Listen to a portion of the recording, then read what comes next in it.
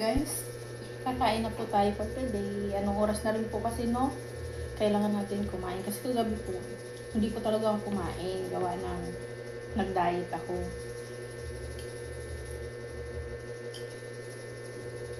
So, kagabi, itong luto ko guys, is kagabi talaga to.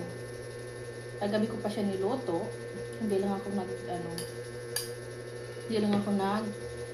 saing ng kanin. Kaya sabi ko bukas, anong oras ako magigising. Kasi anong oras na rin sa mga tanghali. Anong oras na ako nagigising dito. So, siyempre, ginawa po muna natin to. Ang pagod dyan ginawa naman guys is yung inano ko muna siya sa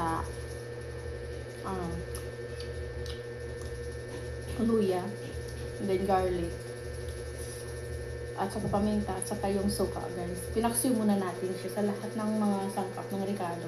Inano muna natin siya para wala yung lansa. And then, pagkaano muna nun, tinanggal ko siya doon, no? Nagkatuyod ng ano niya. Ang ginawa ko doon, pinagprito ko yung iba kasi sobrang dami niya guys. Kumuha lang ako ng ilang piraso, 3 lang ata yun. Sinigang ko. Ito yung ano natin. Ayan. Sinigang siya guys. Ano siya? Masarap siya kasi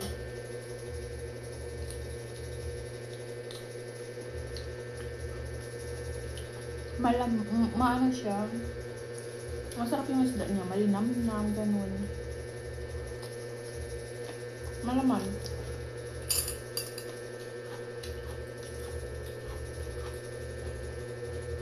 Yan ang susawan niya. Patis. No? Ito yan siya, guys. So,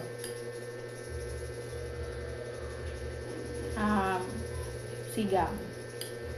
Sigang sa miso. Ano ko siya?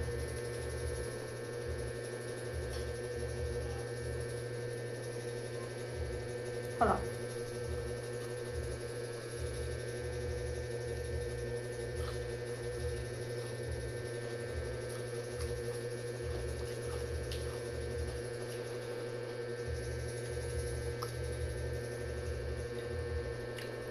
So, yun na guys. Hanggang dito na lang po ang aking video. Bye-bye. Kain tayo everyone.